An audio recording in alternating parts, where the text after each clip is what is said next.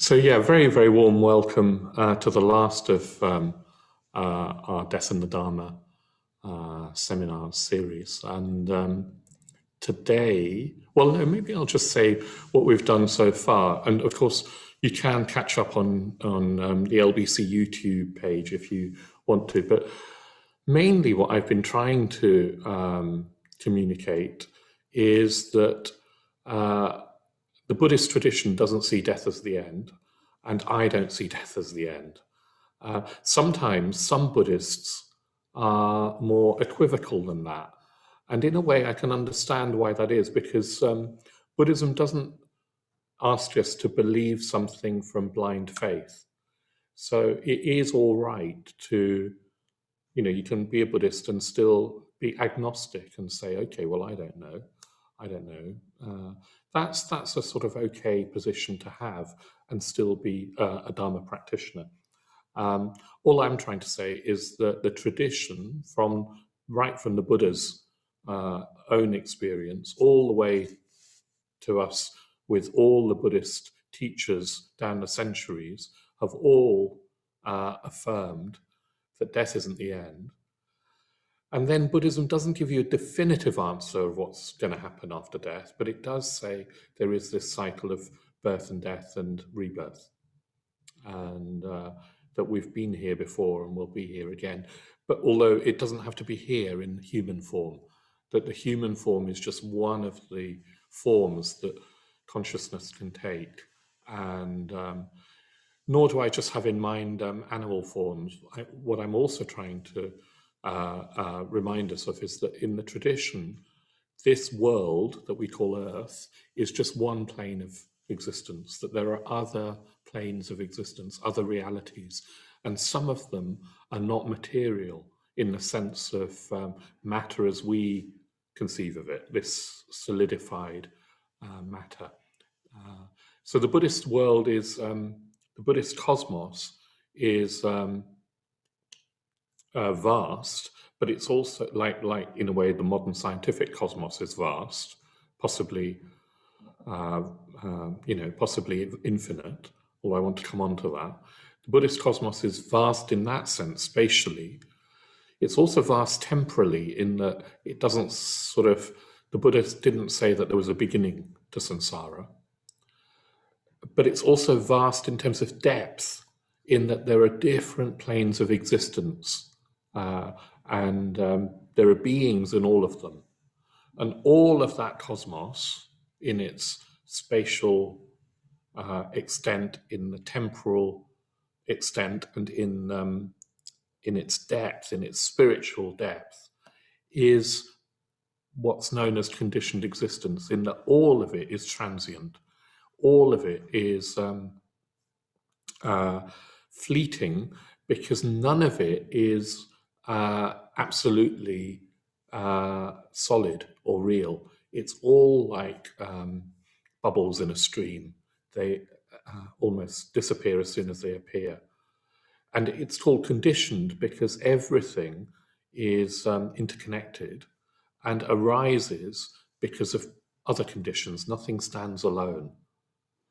So all of this vast phenomenal existence is conditioned existence. But what's more, the Buddha said there's something beyond conditioned existence. There's something beyond birth and death. There's something beyond what we think of as ordinary consciousness, and beyond form. And that beyond is, in a way, what I want to start to talk about a bit more today. But do you see, if we don't believe in something beyond death, then we're probably unlikely to also have faith in something beyond life and death and the whole round of life and death. Does that make sense? So part of what I've been trying to do is say, look, no, there's something definitely beyond death. Death itself is a mystery, and the whole thing of rebirth and life after death and all of that, it's a mystery.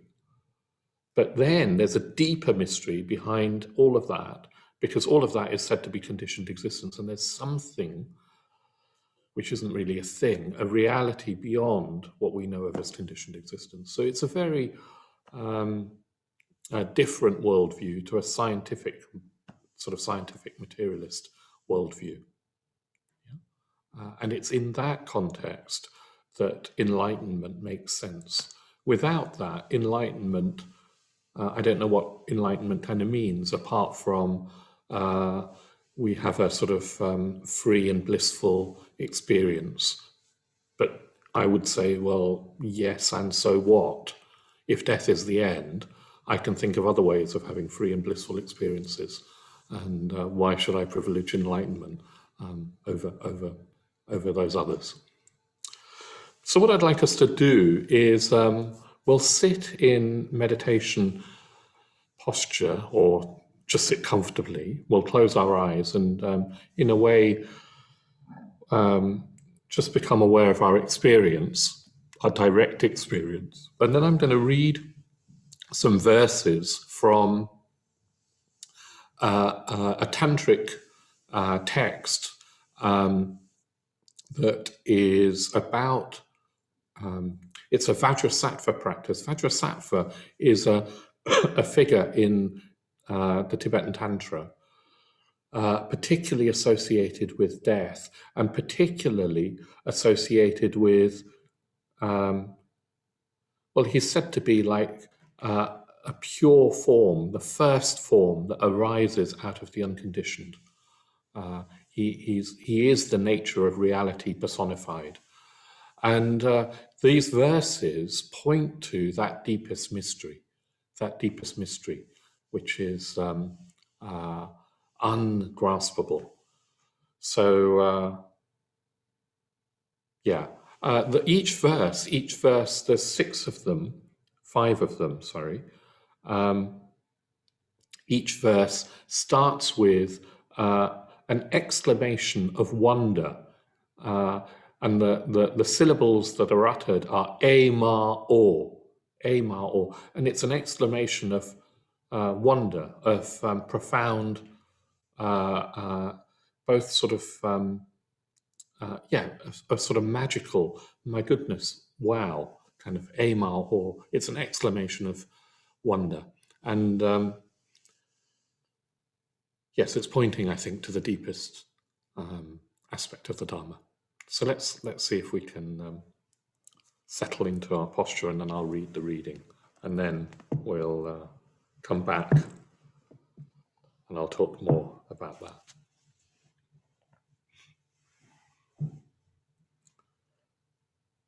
Okay, so settling into your seat.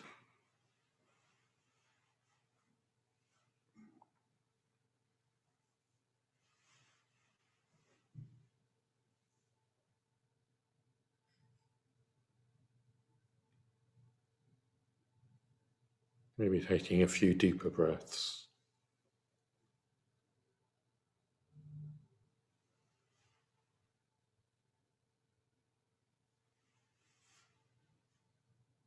And as you become aware of your physical experience, the sensations of the senses, particularly in the body, see if you can have a sense of the direct experience of those sensations without any labels.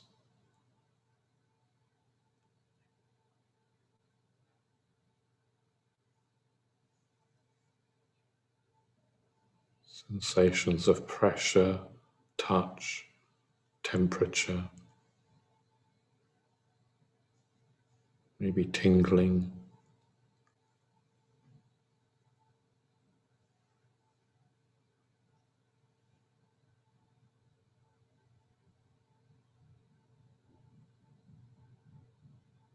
So when you feel the sitting bones in your buttocks against the seat that you're sitting on, try and drop the notion of body and seat as separate things. See if in direct experience, direct sensations, can you really tell the difference where the body ends and the seat begins?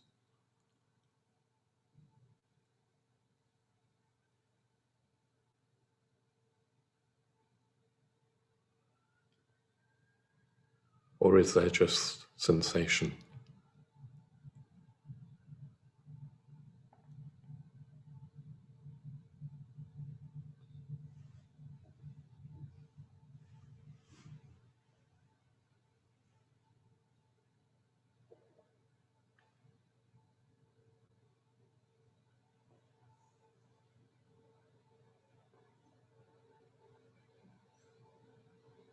Mao, Dharma, wondrous, strange, profoundest mystery of the perfect ones.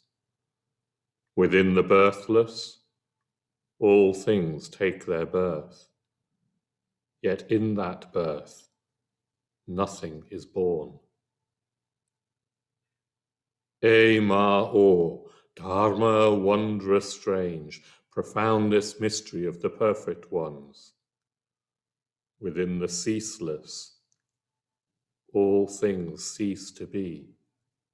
Yet in that ceasing, nothing ceases. Mao, Dharma, wondrous, strange, profoundest mystery of the perfect ones. Within the non-abiding, all abides. Yet thus abiding, there abideth naught.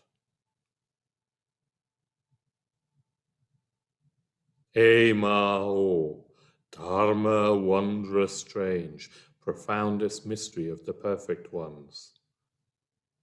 In non-perception, everything is perceived, yet this perceiving is quite perceptionless. Mao, Dharma, wondrous, strange, profoundest mystery of the perfect ones. In the unmoving, all things come and go. Yet in that movement, nothing ever moves.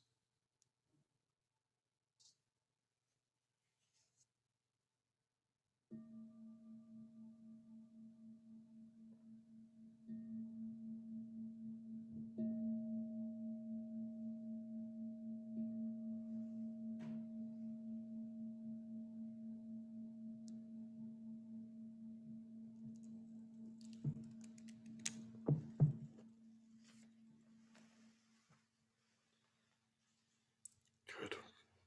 So yes, that's some verses from a sadhana called the Confounder of Hell practice, visualizing Vajrasattva.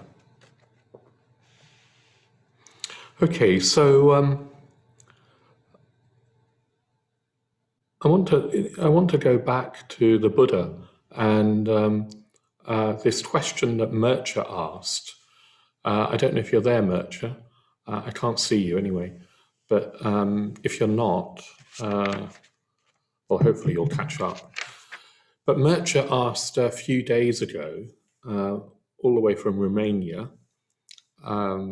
he said, what happens to the Buddha after the Buddha dies, after the Buddha's body dies? What happens to him? Because what I was saying is that for us unenlightened ones, there's this continual round of birth and death and rebirth. And that's because we're unenlightened and, we're driven by the winds of our karma and our craving for existence. And we've looked at how the Tibetan Book of the Dead pictures the after-death state as a state of confusion where we long for an identity and find ourselves drawn towards a form again, a body again. But for a Buddha, there's no clinging. There's no clinging. There's no identification with anything in his experience as me or mine. There's no delusion that he somehow or she is separate from the world around them. The duality of subject and object has been transcended by consciousness. Yet they are still able, while they've got a body, an enlightened being is still able, while they have a body, to operate in this world of subject and object. The Buddha would have, when he had a body, still been able to, eat his lunch and, decide to lie down and rest or meditate or give a talk or whatever. He could still operate in this ordinary, as it were, dualistic world of appearances, but he wouldn't be identified with any of it, and there would be no clinging at all. So in that sense, his mind was not in this conditioned realm that we've been talking about, even when he had a body, but the body was in the conditioned realm.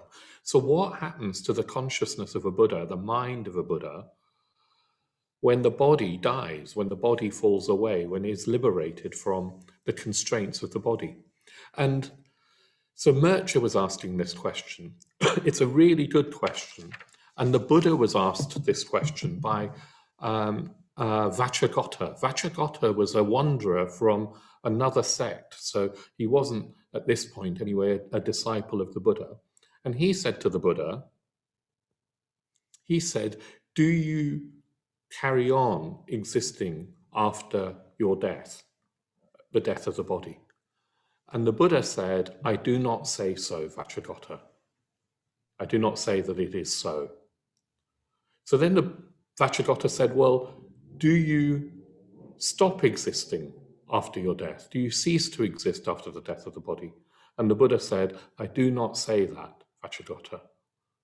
So then Vajrasattva said, he was trying to close down any other possibilities. So he said, well, do you both exist and not exist after the death of the body? And Vajrasattva, the Buddha said, no, that's not true either. I do not say that. And then the last, in Indian logic, there's all these, well, anyway, you can have that both exist and not exist. And you can also have, do you neither exist nor not exist after the death of the body? And the Buddha said, no, Vajrasattva, I do not say that either. So he basically said no to any of the options of existence or non-existence. And Vajrasattva also asked some other questions. He said, is the universe infinite in its extent in space? And the Buddha said, no, I do not say that. And then, the other permutations of, is it finite then? And the Buddha said, no, I do not say that. Vajrasattva's other question, another question was, is the universe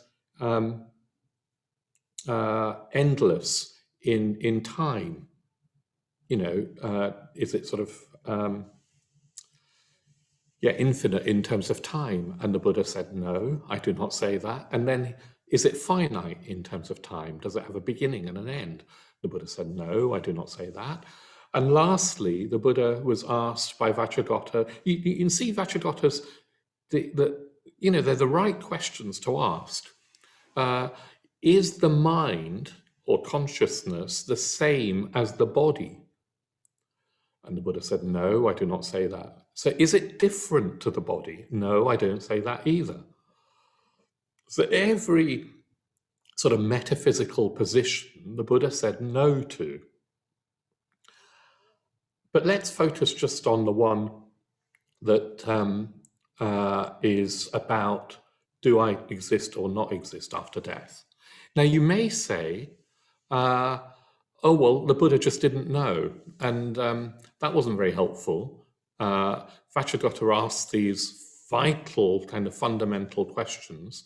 And the Buddha just says, no, not a very kind of helpful response to any answer. You may say, oh, that's because the Buddha didn't know the answers.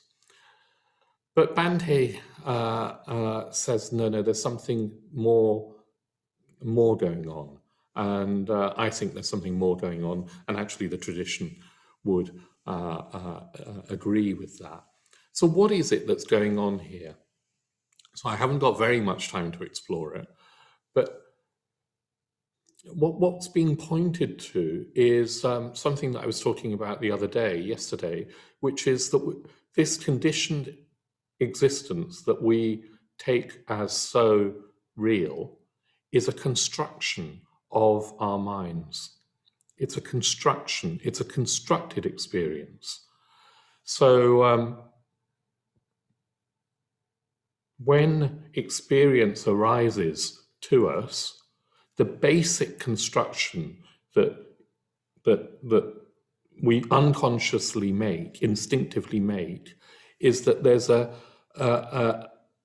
fixed unitary world out there, separate from a fixed me in here. It's like I've been plonked into a world, and I'm a real fixed, separate entity, and the world out there is a unitary, fixed, separate world, and that it is as it appears to be. So that, when I pick up a book, the book really is an object that is as it appears to be. But what Buddhism says is, no, you've got experience. Experience is definitely happening. And objects appear in that experience, and not just appear to the eyes, but they appear to all of the senses, so appearances have touch and taste and so forth. Appearances definitely arise, but they aren't as real as you think they are. There is something, well, no, let's wait. No, let's just stay with that they're not as they appear to be. The easiest way I can think of in talking in this way, the easiest way that I can think of is the experience of color, of seeing something. And let's just stick with color. So that was a black book. Here's a yellow puja book. So I can see yellow, and I don't know what you're seeing, but probably you'd call it yellow. I don't actually know what your experience of yellow is. And, when you look from a scientific perspective, we now know, the Buddha wouldn't have known this, but we now know that what's happening when you see a color is that light is bouncing off, light of a particular wavelength is bouncing off the surface and entering your retina, entering your eyes, and then being converted to electrochemical signals that are firing in the brain, and there is an experience of seeing yellow, of seeing color. But color, yellow, for example, doesn't have an objective reality. It's a construct happening somewhere as a result of mind and the senses meeting whatever's out there. So in a sense, the book isn't yellow. In a sense, yellow is an appearance, it's an arising. But what Buddhism would say is that that's true of not just color, but everything that you can say. The book isn't even a book. Of course it's not a book, because book is a concept. It's what is it? It's a mind-made concept. I've just got a great nephew who's called Dhruv, and he's I had a video kind of call with him today. He's 4 months old, so he didn't say very much. He gurgled a bit, and he was my sister, who's his grandmother, was playing with him. So Dhruv was sort of lying on the sofa. And she was holding a book above him, and it's a cloth book made entirely of felt, a book of dinosaurs, yeah, and they sort of come out of the book and hang around, and they're different colors, and he's fascinated by it. So he was sort of just, completely absorbed in reading this book or seeing this book, I wouldn't even call it a book. It's a construct, and he is seeing shapes and colors, and it's delightful. He probably doesn't have yet the construct book or dinosaur or anything actually. In reality, there is just appearances, and then we add on constructs. And then what we do is we take those constructs, which are mind-made, they're fabricated, we take them as real. And what Buddhism fundamentally is saying is that our constructs are not reality. Even the construct of me as a separate physical being in here, or not physical, separate psychic being in here, and the world of appearances out there as being separate to that. There's a co-arising of experience, and we don't really know what's going on anywhere. So that is not just true of book and color, it's true of even our notions of time and space. We don't actually experience space. We have a spatial sort of sense, but nobody has sort of seen space as a whole. It's a construct, it's an idea taken from our experience, and we then create this notion of a thing called space. Well, space isn't a thing. And time, we don't really experience a thing called time. That's a construct too. So, for example, with time, it's easy to see this. If you think about time as we ordinarily think about time, as past, present, and future, well, the past, Buddhism would say, doesn't exist anymore. You've got some memories, but the memories are actually in the present. The past has gone. It does not exist. The future, Buddhism would say, doesn't exist anymore. It's a concept we've got called future. It's not a thing. And then the present, well, the present too is a concept. You try and grasp the present, and as soon as you even think present, it's gone. It's not a thing. If I say, what are you thinking now? It's gone. It's gone. There is no now. When I studied physics at university, physics has a different take on it, but physicists don't know what time is, and many of them don't sort of know that it exists anyway. And if it does, it's wrapped up with space. There isn't a separate thing called time. And space-time is not as we know it. Physicists would say the world is not as it appears. It really isn't. Objects are not as they appear. Even the notion of an object is not as it appears. Time and space are not what they appear. We ourselves are not what we think we are. Nothing is graspable by concepts. Concepts are inadequate to ultimate reality, but they're fine if you just want to get your breakfast. And so most of the time, we don't bother questioning at this deep, deep level. We just get our breakfast, and we get the iMac, and then we get the house and the flat, and then we hopefully get a lover. And then we might marry them, and then we might have kids, and we call this life without really many people questioning what is it to be alive, what's going on, what is it to have experience at all. And it's that Buddhism's concerned about. Frankly, it doesn't care whether you get a house or a car or a lover, because that's not the main thing.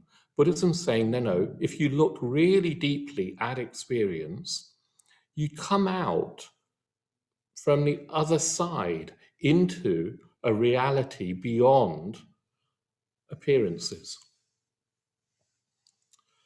So maybe I'll pause there. Oh, no, I need to sort of wrap up, don't I? What I want to say is that, so when the Buddha was asked whether he existed after death, he He said no, because the very notion of existence implies something enduring in time and space. But if the Buddha's consciousness is beyond time and space, existence doesn't make sense. It's not a thing. Non-existence doesn't make sense either, because that would be to deny that there's any experience after death for the Buddha. So the very notions of existence and non-existence are wrong. Similarly, when we try and say the universe is infinite, well, that doesn't really make sense, because what do we mean by infinite? If we say it's finite, it doesn't really make sense, because then you've got an edge, and what's beyond the edge? Do you see, our concepts break down when we try to ask the big questions. And the Buddha is just saying no. He's not asserting anything. He's just saying no to all of our concepts. If we're not careful, though, that no can be read as non-existence. But we have to remember the Buddha also said non-existence after death wasn't real, wasn't true for him. So there's something beyond any grasping, anything that we can grasp. And the Buddha enters into that. So let's just take a question or two, and then I'll maybe start saying, I want to sort of conclude in a particular way. So Matt is going to ask a question.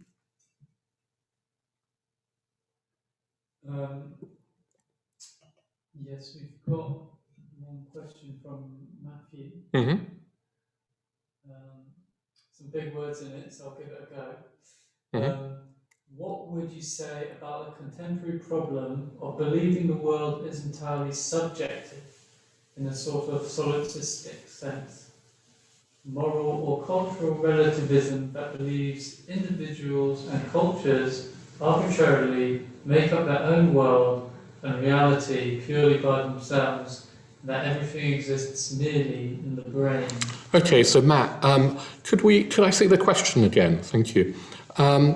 What would I say about the contemporary problem of believing the world is entirely subjective in a sort of solipsistic sense? So let's just take that.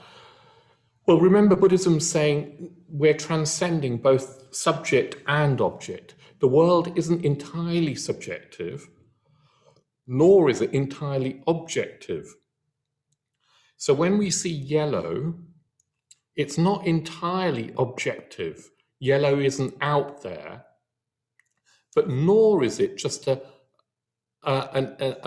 figment of my imagination. I haven't made up the experience yellow. It's a constructed experience that involves the subjective and the objective. So, and reality is actually beyond the notion of a fixed subject and a fixed object. It's a construction that involves subjective and objective. So I'd say, no, it's not true to say the world exists just in my mind, nor is it true that the world is objectively out there as it appears. So Matthew's right. He's saying we contemporarily live in a culture of moral or cultural relativism, where we can just make our own meaning arbitrarily. And that's not what Buddhism's saying. So Buddhism's definitely not saying reality is whatever you want to make it. It's definitely not saying that. And I know postmodern culture does say that there's no objective truth, and therefore we can just make up our own version of reality. And that, for example, there's no absolute kind of moral reality. So if I think eating meat is fine and not unskillful, then it's fine. Buddhism would say, no, it's not quite like that. There are real morals in reality. Morality is somehow tied up with reality. And it's not that anything goes in terms of our views. Because views in Buddhism, Buddhism has a very sophisticated notion of views. It says that, yes, ultimately the Buddha has transcended all views.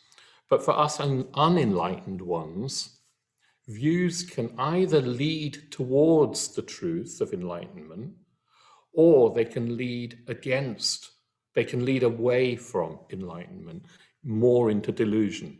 So views in Buddhism are seen as their method, but some of the methods are helpful, some of them are positively unhelpful. So Buddhism talks in terms of helpful views and unhelpful views. So if I believe that I will die with the death of the body is the end, Buddhism would say that's an unhelpful view that will act as an obstacle for the attainment of enlightenment. If I believe that there's a creator God who I'll meet in some eternal heaven, who will then judge me as being sinful or pure, and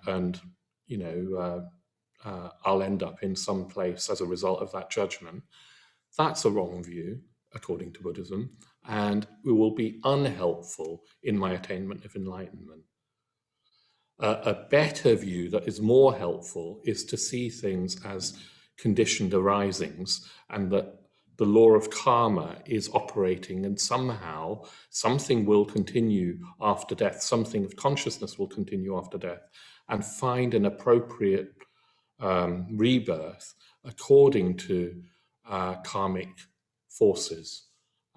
Now, all of those words as well, rebirth, karma, etc., ultimately, enlightened mind would transcend all of those as well. But provisionally, it's a more helpful view. Ultimately, the Buddha would have nothing to say whatsoever, but it wouldn't be relativism in the sense of postmodern relativism, where we can just make up things, sort of knit your own Buddhism. I'm being a bit flippant there, but actually it's not so flippant, because I think modern Western Buddhists, there is a tendency to secularize the teachings of the Buddha, to already have decided that the world is as it appears and that nothing continues after death. But Buddhism is used then to just make this life in this world of appearances more comfortable and to adjust to it. Subhuti calls it adjustment therapy. A bit of meditation, a bit of mindfulness, a bit of metta bhavana, a more skillful way of relating to other people can help smooth this life and make it more palatable. And if we're not careful, we'll reduce our Buddhism to that. So I don't know if that fully answers your question, Matthew, but hopefully it touches on it. Thank you. So let's have another one. Okay, so Luna's asked, if we're living together with others, Yeah. they want to construct things like a house or a car. Yeah. How does it fit in with living with them and trying to break free from constructs? Okay, so that's an interesting question. I'll read it out just in case you didn't hear Matt. So Luna is asking, if we're living together with others and they want to construct things like a house or a car, how does it fit in with living with them and trying to break free from constructs? So I think what you're saying, Luna, is, look, how do I practice as a Buddhist if I'm living with people who aren't Buddhist? I'm trying to practice the Dharma and realize the true nature of reality. Those around me are more interested in the world of appearances and making their appearances fit their desires. What you're asking, Luna, is a really important thing about practice, which is that I think it's really important to at least have some other people in your life, you may not live with them, who are sharing your ideals, because we're really influenced by each other. And if everybody around you is saying, no, this world of appearance is all there is, buy the latest gadget, get the house, the car, the lover, and you'll be happy the holiday when we can finally go on holiday. And that's what there is to life. That's the end, a career and promotion. And if everybody around you is saying that, it's really difficult to stand apart from that and saying, no, I'm orientating my life towards a higher ideal. I think we do need other people around us. The Sangha is really important. We're conditioned by each other as well as our own thoughts and views. Most of our thoughts and views come from other people and the media and so forth, the culture around us. So I'd say to you, Luna, it's not like you have to leave your friends if they're the friends that you're living with and you want to live with them, but see if you can make connections in the Sangha so that you're in contact with others who are also trying to practice the Dharma. And also, I guess I'd say that, look, it's just because we're trying to move towards enlightenment, we still need a house and, you might need a car and a bike or whatever it is. It's not that you somehow say that you need to say, I'm going to give up on all material things whatsoever and just go and live in Epping Forest or something. You can't do that anyway. But what's being said is, you can use objects of the world like a house or a car or whatever, but don't take them literally to be what they appear to be. There's a deeper reality. And it's that deeper reality that we're trying to orientate ourselves towards. And you can find that deeper reality through practice, ethical practice is about loosening the bonds of the self-clinging. If I try and practice more generosity, there's less self-centeredness, and the bonds of that self-centeredness and the division between me and whoever I'm generous to start to blur. That's a really useful thing to do. Yeah, to blur the distinctions through empathy, through generosity, through kindness. That's what Buddhist ethics is trying to do. It's not enough, because we need to also work on our subtle self-clinging, and that's done through meditation. Through meditation, you start to recognize all the ways that we cling in our minds. So I've been asking us to think about identities, all those ways of identifying ourselves and clinging to them. When you meditate and start to become more aware, you start to see, oh no, that's just a construction. It's just a way of thinking. And it's a story that I've taken for reality. There are deeper ways that meditation uncovers our constructs of identity, but that's maybe an illustration. And then finally, on the basis of a very clear, emotionally positive mind, we try and reflect in the way that we've been doing in these afternoons. We try and reflect on what's really going on then.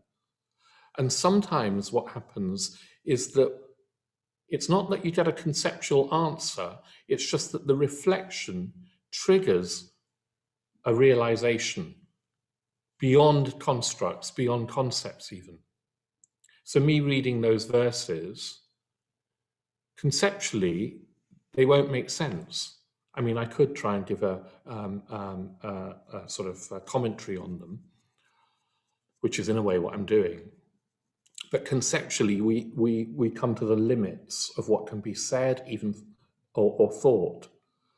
But if we keep reflecting on those limits, sometimes a realization happens, and we step into another way of experiencing that's free, that's completely free of the separation of me and mine from you and yours. And then what's said to happen is, all the qualities of enlightenment, the love, the freedom, the peace, the energy, the fearlessness, death doesn't hold any fear anymore. All of those qualities are released in this larger way of experiencing. And then we still might, I don't know, buy a house or have our lunch. We can still function in this dualistic world of appearances, but our minds won't be determined by them. So when the car breaks down, or when the house burns down, or when somebody we love, more crucially, dies, we won't be devastated because our minds are already free from this world of appearances. We won't be taking this world literally or ourselves literally. We'll have seen through another way of being. And that's what happened to the Buddha. That's what happened to him under the Bodhi tree that night 2,500 years ago. And we celebrate that on Buddha Day in May. And what happened to him 45 years later is the death of the body. So he attained to this state when he was, I don't know how old, I've forgotten. But anyway, he attained to this state as a young man. He spent the rest of his life teaching others how to attain to this state. And then as an old man of 80, he lay down, it said, between two trees, they're called sal trees, on a sort of stone bench, couch, on his side, in a village called Kusinara or Kusinagar in northeastern India. And he gathered round him, or he asked those that were around to gather around, all his disciples that could make it to that spot. He gathered them all around. Apparently, not just his human disciples, but all the devas, all the shining gods gathered around, the universe gathered around the Buddha, all the animals gathered around. And he asked them, he said, is there anything that you don't understand about the Dharma that you want me to explain? And all the gathered assembly remained silent. And the Buddha says again, he says, is there anything that I've taught that isn't clear? Because, this is your last chance. While I've got a body, ask it, because I'm going to die. This is your last chance. Is there anything? And all the disciples remain silent.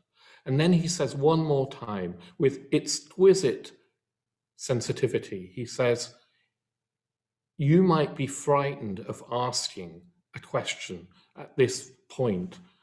You might feel, nervous. So if you've got a question, ask somebody next to you to ask on your behalf, if you're too frightened to ask it yourself. So does anybody have a question on anybody else's behalf? Ask now, before I leave this world of appearances. And there's silence. And the reason that there's silence, it said, is because everybody gathered had grasped the truth of the Buddha's teaching.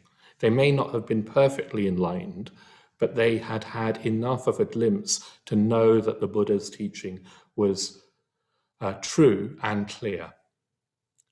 And so there's complete silence and exquisitely profound silence.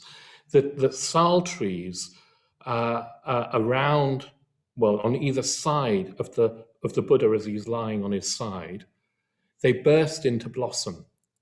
It's said to be untimely blossom. It wasn't the season for the sal trees to be blooming.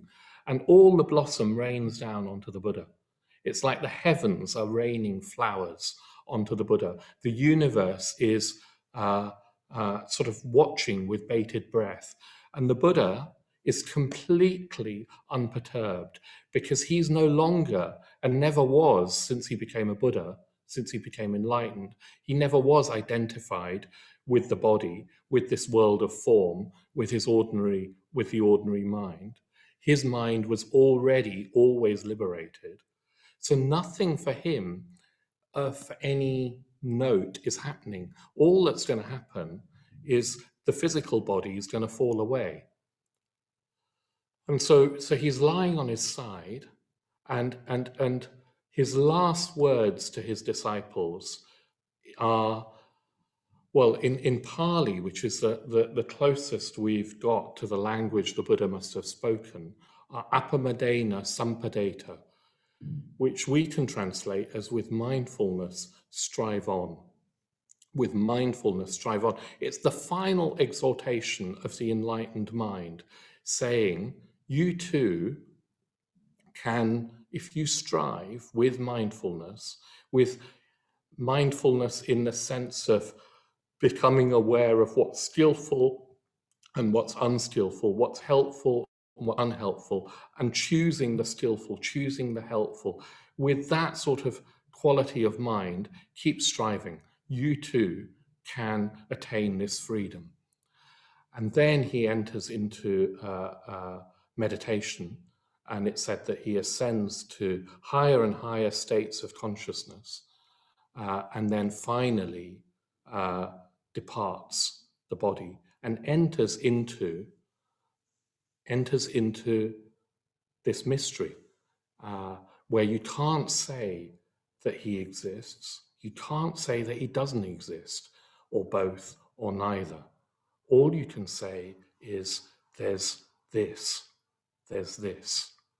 And that's what we've been moving towards all this week. That's what we'll be marking on Sunday, celebrating, trying to reflect on and approach as we mark Parinirvana Day. It's the profoundest mystery, the mystery of the death of an enlightened being. Death itself is a profound mystery, but the death of an enlightened being for whom there is no more rebirth is unfathomable, ungraspable. And yet, if you let it touch you, if you let it touch your heart, it can become like an inspiration. It can become like an ideal that isn't just some sort of abstract notion of subject and object and beyond those things. It's an ideal that is a human ideal. It's an ideal that can transform our lives. Not even the transformation can start to happen well before we reach enlightenment. The transformation of our lives can happen, well, it's probably happened for you. Practice does something incredible, but the practice, I'm suggesting, has to be oriented to this highest mystery, because if it's not, what will happen, even with our good Buddhist practice, if it's not oriented towards the highest, deepest mystery, what will happen is that we'll settle for less and will become comfortable Buddhists who are comfortable in my case, in my community with my lovely housemates, my community mates. I've got loads of friends. I've got my iMac. I've got a lovely warm room. I go on retreats. I have a really good life. That's not enough. And I have to keep reminding myself that that's not enough, because there is a deeper reality, a deeper mystery, and orientating towards that is what Buddhist practice, I would suggest, is what life is about, because we're completely bound up with that mystery.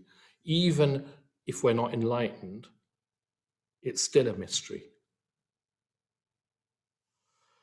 So I'm going to leave it there, and I'm sorry not to have answered most of your questions. I wanted to end with the Buddha under those twin sal trees and with his parinirvana. I hope that by not answering your questions, and the Buddha not answering the most profound questions, leaves you with a space of wonder, leaves you with a sense that there's more. And that more, if you stay with that sense of wonder and more, what I hope is that it motivates you to deepen your Dharma lives, to deepen your practice. That's what the point is, after all, to make use of this in our Dharma lives. So I hope you've had some glimpse of the wonder of what Buddhism is pointing to. And I hope you'll join us on Parinirvana Day. Finally, I just want to say, do give. If you can give money to the London Buddhist Centre, I believe that that's serving the Dharma. We do need to have something bigger in our lives to serve beyond our own self-interest. So giving to the Dharma is serving the Dharma is a way of helping spread the Dharma. So if you give, whatever amount you give with a sense of this is part of your practice to move beyond self-clinging. If you can give, you'll also, literally be helping to spread the Dharma. Some years ago, reflections on death made me make a will. And in my will, I've now got, when my mother died, I inherited a sum of money that was enough to, I've invested it in a couple of one-bedroom flats. In my will, so I live off that income, but in my will, those are going to the LBC when I die. And because I trust that the London Buddhist Centre is a place where the Dharma is alive, and I want more people to benefit from the Dharma once I die. Vajrasattva, which many of you will have been to and love, was made possible by Mahananda leaving his house in a will. And it was a wonderful house in Primrose Hill that fetched several £1 million when the LBC sold it. Out of that, we built a retreat centre. So many people will have benefited from that, and will one day, when we can go back on retreat, will benefit again.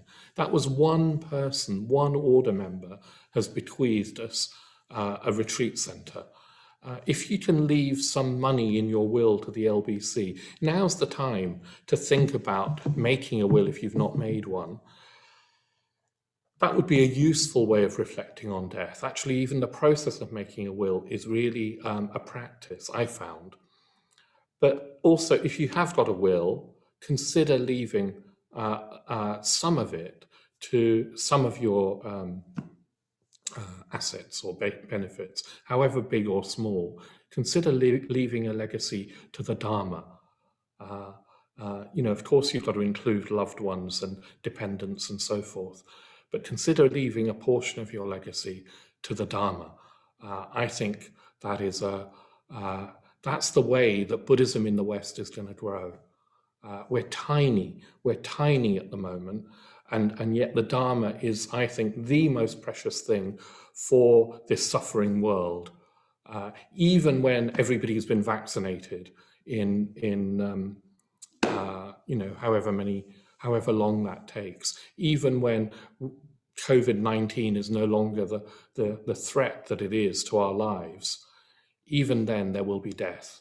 Even then there will be rebirth. Even then there will be this mystery of what is it to be alive.